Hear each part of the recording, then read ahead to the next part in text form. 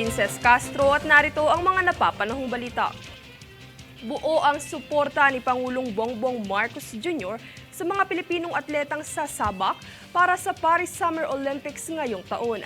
Bahagi nito naglaan siya ng higit 1 bilyong piso para sa Philippine Sports Commission bilang pondo upang palakasin ang sektor, habang 52 milyong piso naman sa mga atletang lalahok.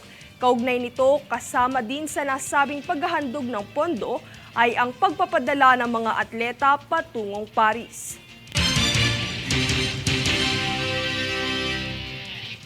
Sa iba pang ulat, bunsod ng patuloy na paglipanan ng mga text-scam messages, paalala ng MMDA na maging mapanuri sapagkat ilan sa mga mensahe ay aakalain mong totoo.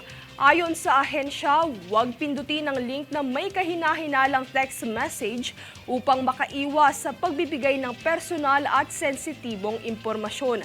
Hindi rin umano kinukuha ng traffic enforcers ang mga personal na numero tuwing nanguhuli ng mga violator.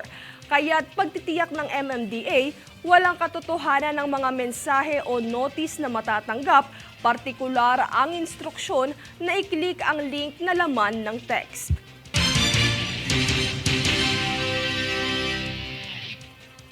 Samantala, naitala ni pole vaulting EJ Obiena ang kanyang best score ngayong taon sa nagdaang kampanya nito sa Poland.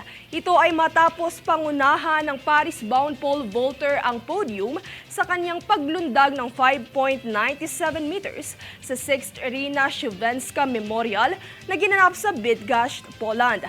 Ang panibagong gintong medalya na nakamit ni Obiena ay patunay lamang ng kanyang lakas, determinasyon at galing sa larangang ito ng sports.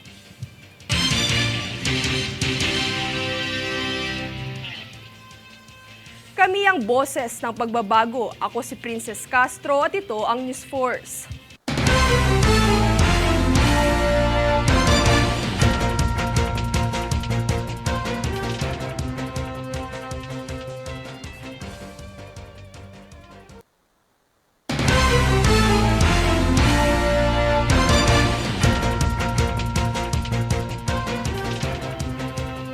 Ako si Princess Castro at narito ang mga napapanahong balita. Hinarang ng Bureau of Immigration o BI ang mga Amerikanong dayuhan mula Estados Unidos dahil sa pagtangkang pumasok sa bansa kahit sila'y nauugnay sa kasong pangahalay.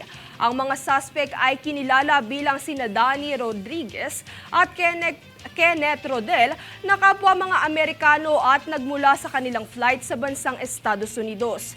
Dahil sa kanilang pagtatangka, ipinagbawal na ng ahensya ang pagbabalik ng mga ito alinsunod sa Shield Kids campaign na naglalayong paigtingin ang kaligtasan ng mga bata laban sa sex offenders.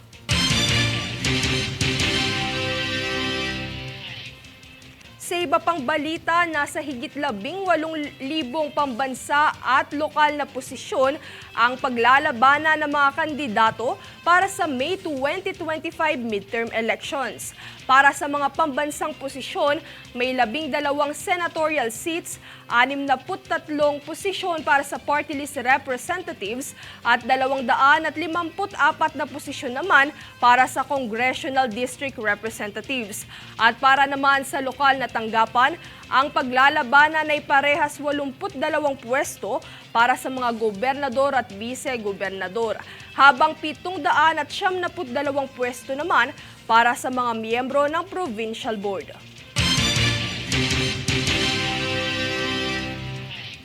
Magandang balita, isa sa 2 overseas Filipino workers o OFWs ang nakalabas na ng ospital matapos ang malubhang natamo sa sunog sa Kuwait kamakailan. Ito ay ayon sa pinakahuling ulat ng Department of Migrant Workers o DMW, kung saan nakaantabay pa rin ang ahensya sa kalagayan ng natitirang sugatang OFW na nasa ICU. Samantala, umaasa naman ang ahensya na patuloy ng bumuti at makalabas na ng ospital ang natitirang OFW na sugatan.